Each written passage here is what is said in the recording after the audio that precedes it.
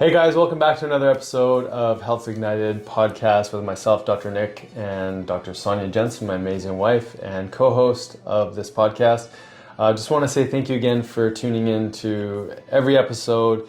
You know that we love to talk about hormones and relationships and how that's affecting us as we age and our kids and people beyond the years that we're at currently. And it's such a passion of ours to really educate on this. So if you like what you're hearing, just please subscribe to our channel and make sure that you're staying up to date on all the latest episodes.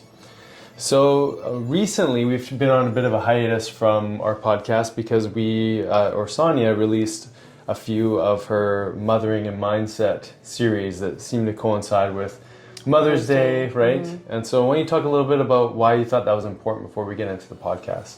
Yeah, I think there's just so many things that we don't talk about when we enter motherhood. Some of the challenges around our emotions, postpartum depression that many women go through, the challenges that the body goes through during pregnancy and even after, and how self-care really isn't a thing for so many years because there's so much effort in caring for the family. So I just thought it was important to have these conversations to give women permission to just pause and reflect on like what's working for me, like where am I not taking care of myself so that I can be more energetic for my family, so that I can step into these different phases. Like we talk about perimenopause and menopause, and how can I actually set myself up for success going forward, because often when we're in the thick of mothering at different stages, we're not thinking about those things, and then we crash when finally there's like a moment to actually think about those things in perimenopause, because now our body's starting to speak a lot louder, and before maybe it was whispering to us and we just weren't paying attention because we couldn't, because we were busy. Mm-hmm. Oh, I love the education that you're bringing out into the world, because I think it's so important that we start to get a clear understanding of what's going on for us hormonally, so that because it's clearly affecting our behavior, it's affecting our relationships. And if we can have dialogue around what's actually happening, there's things and steps we can take in order to implement more self-care, but also to dive deeper into our own self-discovery with, maybe it's lab testing, or maybe it's nutritional changes, or an exercise routine. And if we don't understand some of the backdrop and this dialogue that seems to be hidden a little bit from regular conversations, because maybe there's a vulnerability of like weakness, or can't do it all, or the expectation of the culture. Yeah, there's so much like loneliness that happens during those years, and it's because we're not talking about what we're actually feeling and thinking, because we want to look a certain way, or we're comparing ourselves to other moms out there. And so when we're suffering alone, that's when the challenges occur within the family, because now we don't have patience for our partners and for our kids. But if we start speaking to these things and know that we're not alone, we know there's a solution too. So we understand that, okay, my cycle isn't doing what it's supposed to do, or I'm in a stage of my cycle where I feel a bit more irritable. Like that's why we're talking about all these things. So we start to pause and understand that, one, it's temporary, and two, there's things that I can do to improve my relationship with these hormones, so then I can improve my relationship with my family. Mm-hmm. Yeah, and one last thing I'd like to say on that you mentioned, that was suffering in isolation. Like I think those two words are extremely powerful, and they really speak to what so many people are dealing with. And I would say men too. It's not just women that are suffering in isolation, but obviously these are the dialogue that you had with the amazing women that you spoke to. But maybe just talking about maybe those two pieces just briefly, and then we'll jump into estrogen. Which is the focus of today's podcast. Right. Yeah, so I mean, this could be a whole podcast on its own when we're talking about suffering, because I think it is a choice. There's going to be discomfort, there's going to be challenges, but the suffering, we sometimes choose it because one, we're told we're supposed to look a certain way, behave a certain way, and when we step into comparison and competition and not feeling maybe worthy or enough, all these things, these old beliefs kind of seep their way into how we're doing life as a mom. then we suffer because of that, because we're not actually tuning into our own intuition. Like we get really disconnected from ourselves and from our community and even from our kids, because then we're in our minds so much and not in our hearts and not being present, but instead thinking about what am I not doing, what I need to do. And there's just so much of that goes on. And that's, I would say that's not just for moms, that's for dads, that's for humans in general. I think we suffer because we are stuck, like we're stuck in this disconnect. And that isolation piece, I think, happens more in our North American culture, especially with parenting. Like we're not in that village kind of mentality where we can lean on each other, but instead we feel like if I ask for help, then I'm not doing it right. And then again, it goes back to those old beliefs. So I feel like what parenting does, it gives us an opportunity to heal those stories, but we're not all told that this is going to happen when we step into parenting. And then sometimes some of us don't have tools to deal with it. So it takes time to uncover why we're feeling the way we are. And I would say as a culture and as a society, we've just tapped into this like loneliness rather than setting up communities for each other. Yeah, which really highlights the whole idea of suffering in isolation, right? Yeah. Yeah. I know we were going to dive deeper into estrogen today, but because of everything that you're sharing, I think it makes so much more sense to really talk about the Instagram post that we did around cycles. Right. And how so much of, you know, what you're describing really may come on like a week or two inside a woman's cycle. Mm-hmm. And then like everything's fine. Right. And then so like that feeling of isolation and suffering may not be there the whole month, mm-hmm. which is just absolutely fascinating, right? Yeah. And it's almost like we can, I won't say bypass, but we can disregard how we felt maybe at some point in our month. Again, I'm speaking as if I were a woman going through this experience, but I'm describing it the way in which you describe it to me. But I think maybe this would help to sort of tie that together a little bit more. Yeah.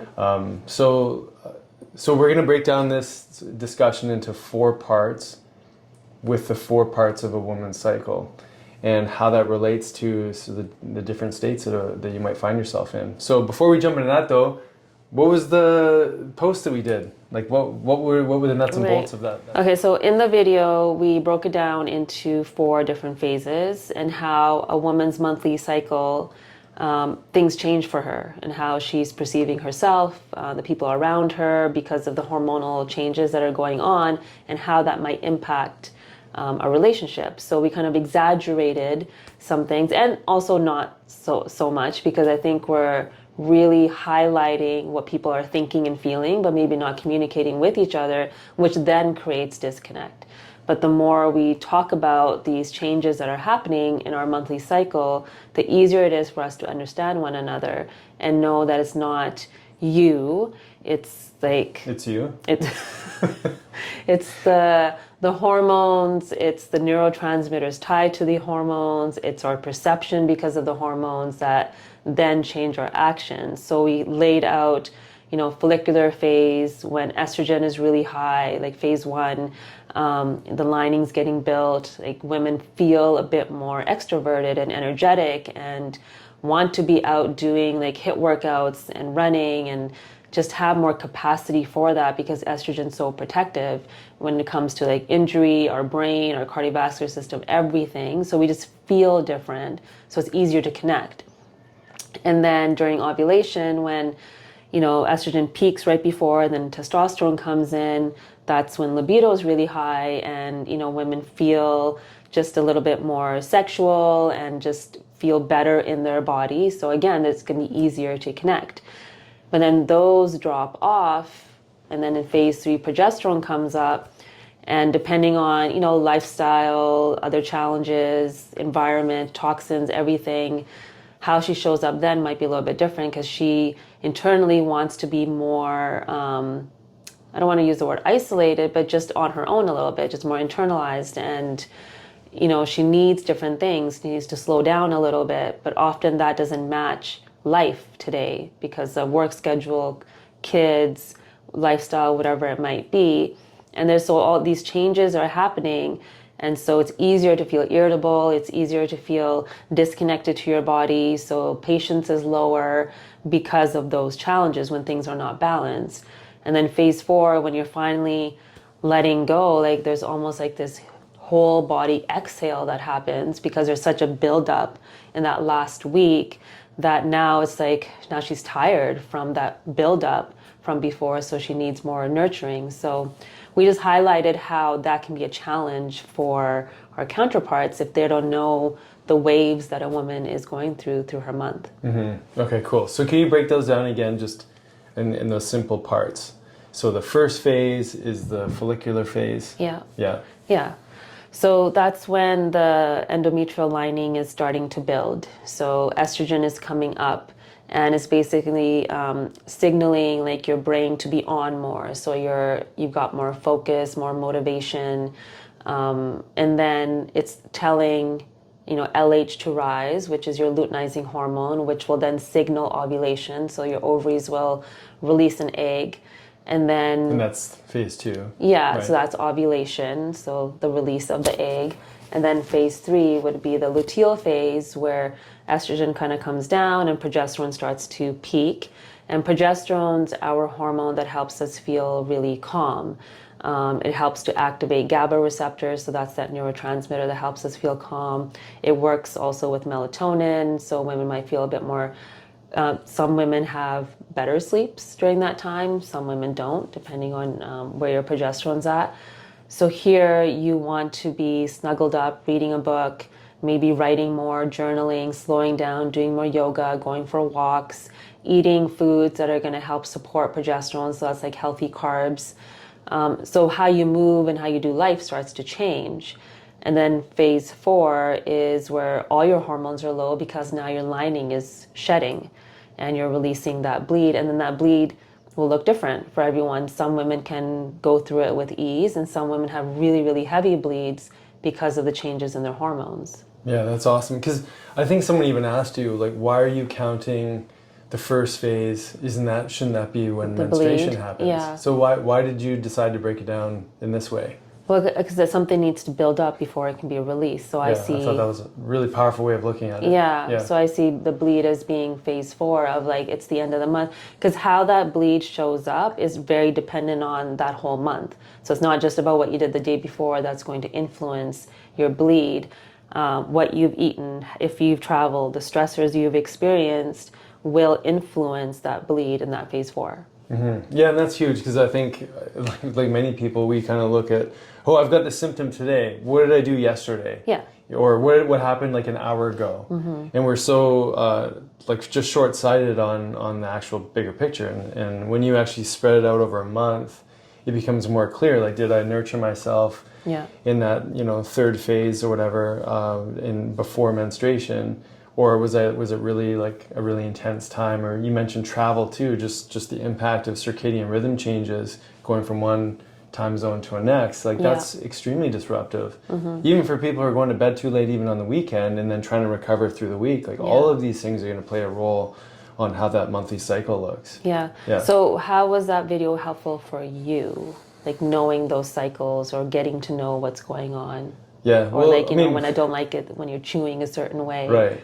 I mean, part of it is like, because you've taught me for quite some time. Right. I mean, part of me sort of knows that there's a rhythm. And I think someone asked before, like, why don't you like map out her cycle so you know exactly where she is? I have a rough idea, but I'm definitely not that precise on knowing exactly where you are. And like any day, you could also just be a little different than the expectation of what you're supposed to be in that week, right? Because I think it's also easy to go, oh, I'm supposed to be down and internal, or more like having an internal worldly experience right now, when maybe you do have energy to be more extroverted, so there's always going to be variability, but I think that the way you sort of map that out for people is really helpful. So how did I reflect on it? It just reminds me of I think of even say going for a run, because often I'll ask Sonia on Mondays actually if we can go for a run together, and I sort of in the back of my mind think about where you might be on your cycle. And I mean, this week you're actually in pain, so you don't want to go for a run, your back was sore, but I think it's allowed me to be a little more mindful of where you're at. As I think as men, we tend to just want to like you have an idea, we want to go to completion. We're not always thinking about the extraneous circumstances, or maybe I'm speaking for myself. But when I take you into consideration, it does make me be a little more mindful of where you might be at, and the boundary of where I am and where you begin. There may be more fun and playfulness at certain times of the month than there would be where you want a little bit more isolation, a little bit more introspection. So as the video went through, the first clip was Sonia and I running together, and we're like happy, and we're give each other high five, and that's like a week after or so of menstruation. And then the second one is in that ovulatory phase where I come up behind you while you're doing the dishes, and you're like feeling productive, and you receive a kiss and a hug from me, and it's very loving. And then we get into the funny phase, which is where I'm chewing on this almond butter toast with great exuberance, with a whole lot of like loud sloshing around my mouth, and just showing the impact of my boundary interfering with your boundary, and it caused some disruption. Yeah. Right? So obviously it's an exaggeration. I don't chew like that all the time. No, but that's what I hear. That's what you hear. In that week. You may not chew like that, but that's what my mind So that's the exaggeration that I don't notice. And those are some of the subtleties that I've tried to become more aware of, to go back to your question. I've tried to become more aware of how I'm possibly impacting your experience. And one way could be of looking at this like, Nick, why do you have to walk in eggshells? Like, why do you have to be... Well, I was going to bring this up because that's been some feedback from some men on the videos that, so we're just supposed to cater to women all the time, and she gets her way again. Like, there's been these kinds of comments. So I want you to speak to that, if that's what this is actually about, or do you feel like it's to create more connection? Yeah. Well, I know what you want me to say. Right. Yeah. Well, before I answer, do you want to share a little bit of like what you experienced, or do you want me to go asked first? you a question, so I want you to answer it. Okay. Yeah. Instead of the deflect. No, I was going to come back to me anyways, but just because you had a strong opinion around some of the feedback that you got, that's why I was seeing if you had something top of mind that you want to get off your... Okay. My experience of what maybe other people are saying regarding, do you just have to cater to your woman all the time? I think that there's a couple different ways of looking at this. One is that I think of the role of a man in a relationship, and someone once told me that we're like the banks of the river. We're there to create support and structure and guidance for this incredible flow of energy, which is that creative female energy. And so part of it is like the banks of the river are solid and steady. So despite what someone may be going through, can I be in my presence and in my strength of who I am, and not feel like I'm at the whim of like the current, so to speak, of how maybe you're experiencing life. Now, sometimes I'm not perfect. You can be a little volatile at times, and I can be a little shaky on the riverbanks. But I love being able to show up for you. Like, I love being able to make you tea at night. I love to know that I'm giving you what you need, and vice versa. I love that you can do that for me too. So I don't see it as rolling over. It's more like we both show up in a relationship in the way that we do, and how can we experience life even better by giving each other what they need, and being a support, and understanding when someone's feeling shaky, can you still stand your ground? Can you still be steady? And that's the piece for me that I keep having to, like I could have been more steady. I didn't have to react. A men's camp, there was in the past when we used to go to yoga camp in the summer, one of the elders at the camp was saying the mantra for men is don't bite the bait. Don't bite the bait. Meaning, like, if you're feeling shakiness or stress on from your partner, are you going to bite the bait and react to it and go like, you shouldn't be behaving like that. Take care of yourself, make your own tea. Or, we don't need to bite the bait of that reactivity or that potential reactivity. Can we just be solid in who we are? And I think that for me, I feel more confident in our relationship when I can just be steady for you, right? And I can take constructive criticism or feedback around chewing noises or other things. And I like it because it strengthens my character. I don't feel less than.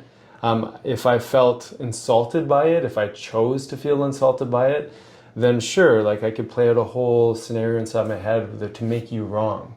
Right. And I'm the man. You can't talk to me like that. Like I don't see a loving, evolving relationship where you have to be subdued or submissive. You know, you can be you. I'll be me, and I'll be able to stay steady regardless of whatever wandering energy or internal or external way that you want to express your energy.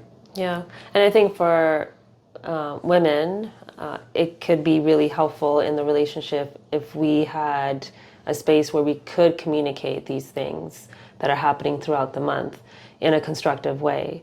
Because often in the beginning, like if somebody's chewing and you're not liking it, it might be more of like irritability and like, do you have to chew that way? Or it could be this like, yeah, reaction that shows up. But if there's already an understanding of like, hey, I'm in my like last week of my cycle, so it'd be really great if I maybe sat over there and ate and you over there. Nothing to do with you, but it might just be helpful for our relationship to be able to communicate, because then it doesn't have to turn into this like thing, but there's an understanding, or then maybe that brings laughter into it, right? So then just by saying it, it'll probably dissolve even the reaction or the feeling of irritability, or maybe it opens up a conversation of like, okay, if I'm feeling extra irritable right now, what is it that I'm not doing that's going to help me? And then maybe our partners can help us see that too.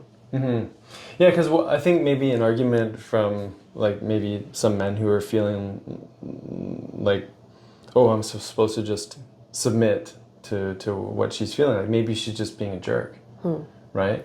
So what would you say to that? Yeah, I would say that's where the communication lines have to be open. And this is something that I talk actually a lot about during pregnancy with couples, that, you know, when a woman's body is changing and she's growing this other human, there's a lot going on inside of her that you can't see. You're just there to witness it, but you have no idea all the changes, from the food cravings to the body changing to her ligaments being really relaxed and the pain that's showing up. Like all these things are happening, but the counterparts don't know.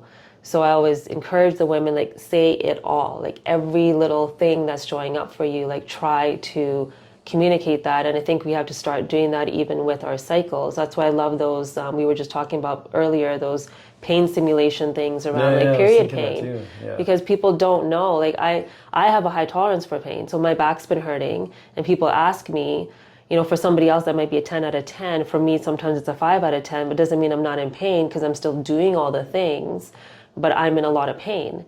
And so I think we haven't found a way to fully be able to express that, or you know, share that in a way that somebody else can understand, because we're still doing life when we're in it. So I think for somebody on the outside, it's like, well, you know, she's still able to get the groceries, do the things with the kids, she's still doing everything, so maybe it's not that bad. But if we are able to communicate like, hey, I'm not feeling balanced right now, I'm not feeling steady right now, and these are the things that maybe will support me, it's not going to just support her, so it's going to support the whole unit. Yeah, and I think that's super important. It's easy to get into comparative analysis, like you're behaving that way I can do this thing and sort of like distance myself from you and be upset with you, but pretend I'm not, or what have you. But to create disconnect, how's that serving the foundation of the family? Yeah. Right? So like you say this a lot with the kids, like, are we contributing to the team? So if we're seeing each other as a team, and we recognize that one player in the team has different cycles and hormones and things that they need support in to be able to contribute to, like, what's the intention of the whole unit, then I think there's more grace given to each. Totally. Actually, I heard Brene Brown talk about this. Like, she was talking about her and her husband coming home from like a day that could have been just brutal, and they kind of give each other like a score out of 100. A percentage, like, sweetheart, today I'm a 20. Like that's all I got. I got 20%. That means my ability to show up in the way that you may need me to, I'm not going to be there. And then, you know, the partner might go, don't worry, I got you. I'm at a 60 myself, but I'll pick up whatever slack I can. And then, like, to what you just said, that's supporting the team. It's not he said, she said, you're doing this, you're behaving this way, you're having to submit, you're being dominant. Like, we all play a different role in these cycles. And one of the things that you brought up, you didn't elaborate on, but maybe this, if you want to elaborate a little bit on the study that they did where they got men to wear devices that would mimic cramping so that they could ultimately feel compassion, because I think that's the gateway for people, is to have compassion for the other person. We can't know what pain feels like for you, like for the other person. No. We can't know what a hormonal swing looks like for the other person. We can have an idea based on our own experience, but it's really impossible to know what that other person is actually going through. But pain is a powerful teacher, right? Yeah. So I don't know if it was necessarily a study, but an experiment. An experiment where, yes, there was those, I didn't know if you call them a stimulator or whatever like it was. Electronic device. Yeah. And it had a pain scale of like 1 to 10, and then 10 out of 10 is like really extreme pain. So 10 out of 10, they basically said this is what endometriosis feels like. Because with endometriosis, the lining or the endometrium is basically like leaving the uterus and finding home in like the gut, really anywhere in the body, but there's a lot of inflammation. So when these women are bleeding, it's often very heavy, really, really painful. And so that's like a 10 out of 10. And then some women might have like a 7 out of 10. So this gentleman got to experience that entire scale. And he might have been like an officer of some kind. He was an officer, an RCMP officer. So like you think like stoic, strong, like you go through discomfort, right? So once he started feeling it at like a 3 out of 10, he's like, okay, like around 5, 6 out of 10, he's sweating now. And at that time, she asked him to stand up, and he's like, no, I can't. She's like, no, you have to stand, because he was feeling it down his legs. Because another thing that women feel often, if they have low back pain or even front pain, it's radiating down their legs, so your legs feel really heavy and almost numb. And she's like, okay, now stand up. Now imagine like going grocery shopping, going to work, doing a presentation with all of that still happening. And then when he got to like the 10 out of 10, he was like, he couldn't speak.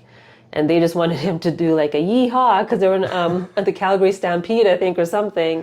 And he couldn't voice it because it was so much pain. Yeah. So like, I know the world can't completely change as a society to fit a woman's like monthly cycle, but something needs to give.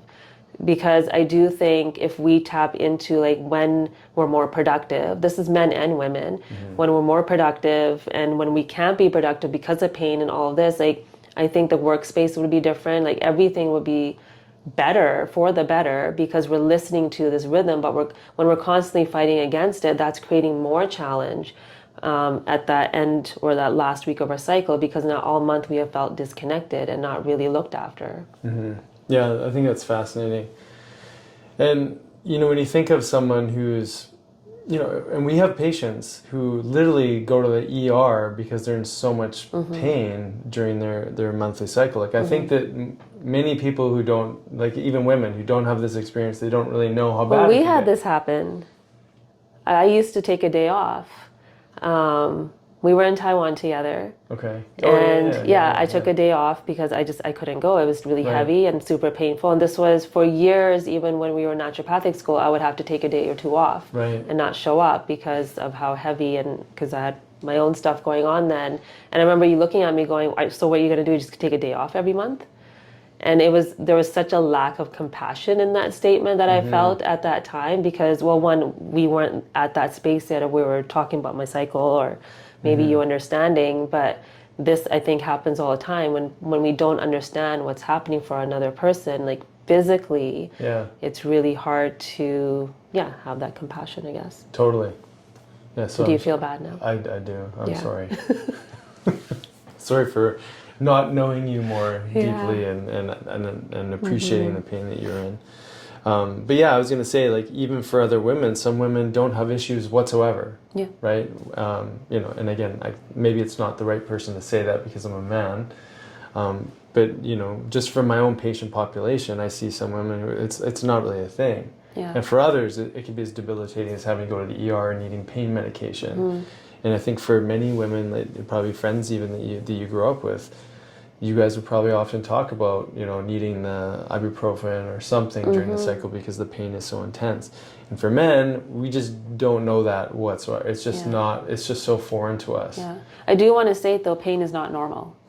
Like it's been normalized, and sure, just take ibuprofen or whatever it is that you need. I think that's been like marketed a bit way too much around what that pain is telling you, that there's something that's wrong. Yeah. And however, because it's been normalized, I know many patients, even just in the last week, that came to me because of the pain, and they're like, we keep going to our doctors and he keeps saying it's just normal, just take your ibuprofen, it's fine, and they're really feeling dismissed. And I said he because all of those examples were men, because they didn't understand. And there's been women too, for sure, in that other seat of like the doctor or the OB that have dismissed women's pain, and basically saying, just, you know, suck it up, that's just what it is. Yeah, I thought it was interesting you said he.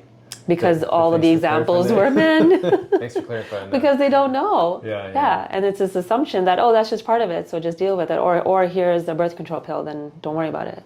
Yeah. Yeah, I mean, in that, you know, in our, I think, nothing against, you know, GPs or no. Like, it's really just no one, as healthcare providers, we don't like to see anyone in pain. We want to help people get to a place out of their suffering. And it's not just about taking a pill to you know, make the pain obsolete. It's how can we investigate more? How do we find out? How do we support someone in that pain experience while discovering the deeper issues that are happening within the physiology, right? I think that's super important. So we started this conversation kind of talking about, you know, the isolation, the suffering. And you mentioned a lot of things where I think men for our women or partners in the relationship, how can we be more compassionate? And I think it starts with a conversation, right?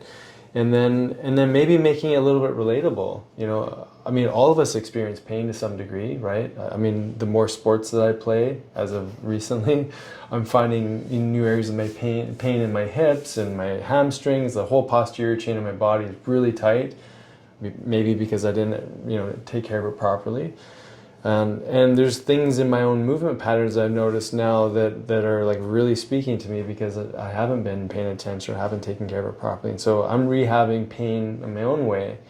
And if we're not in it, it's not until we're in it that we see how it affects the quality of life. And just daily activities, things that you wouldn't even think would be an issue, like you were doing your back, you were doing a specific exercise that wasn't, you know, directly challenging your back, but then you tweaked it and then it throws you off.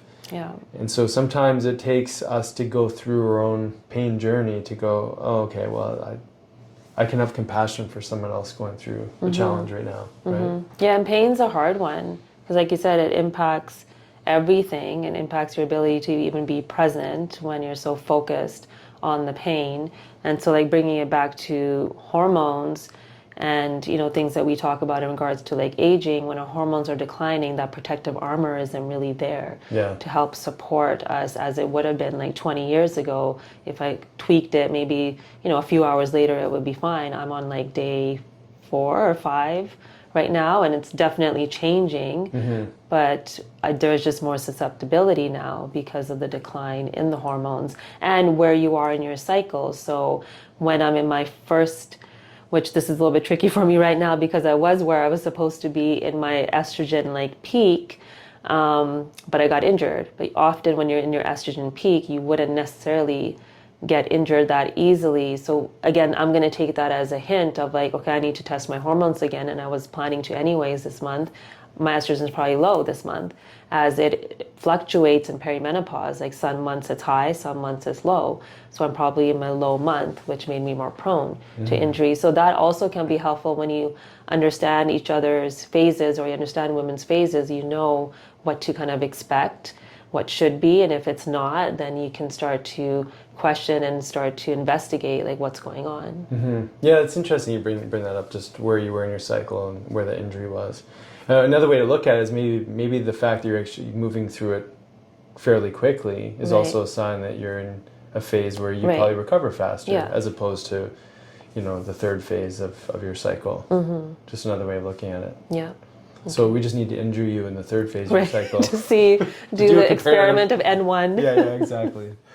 But Yeah. so takeaways from this. So we did this video. I'm being super annoying to you in that third phase of your cycle. What do you suggest for partners to work through? Like how do partners work through these changes that women go through each month? Yeah. Well, like you were saying, you kind of have an idea of my cycle. So maybe there's like a shared app or something, or it's marked on the calendar where the cycle is. So there's an understanding if there's something going on or you're feeling like your partner is off, maybe just kind of looking to see. And then instead of saying, Oh yeah, I was just going to say that. It must be it must be close. Well, let me finish. Okay. Instead of saying something like that, you could be like, "Oh, I'm noticing that you're like in your last half of your cycle or a week before. Like, how can I help you? Like, are you feeling uncomfortable or what? Is there something I can do?" Instead of being like, "Oh, yeah, it's coming, isn't it?" Because I've heard that before. Oh, you must be close to your period. Yeah. You're going to get the boys starting to say that soon too. Right. Yeah. But I was going to say along those same lines, Sonia sometimes sends me memes to teach me things. So one of the things that she sent was just around how you communicate. Yeah, how you ask questions. How you ask questions. So instead of saying, "What's wrong?" Yeah. Or like, "You seem grumpy today," or or I can't remember what the meme said. Like, "Try this one." Yeah. So what were some of those suggestions? Yeah, instead of saying what's wrong, it's just what I reframed earlier. Like, oh, I see that you're here. Is there some discomfort that you're feeling? Like, how can I support you? And then just being able to listen, which we've talked about before, can be a bit of a challenge between male female brain differences. So if you guys get an opportunity to listen to that podcast that we did, because with you want to like get to the solution. So maybe in that communication, so like asking, do you want me to fix this? Do you want me to just listen? Which you've started doing now too. Like, how can we best communicate right now in this moment? Yeah, and then another suggestion on that meme was just to do nothing. Yeah. Just hope that their partner will just talk to you about it. And this is kind of brings us back to what we talked about earlier when you questioned, some of the feedback that you got as maybe like, does a man just roll over and submit? But this is where the banks of the river, if you're steady in who you are and you can be there for your partner, that maybe the hug and just, hey, if there's anything that you want to chat with me about, I'm here for you. Yeah. Maybe something like that, right? Yeah. Because we often have a conversation when you say, like, I just want you to be softer. And so I think if you show up that way as the banks of the river and like steady, it's easier for that flow to happen. It's easier if somebody says, "What's wrong with you?" or it could be like, "I'm here. What can I do?"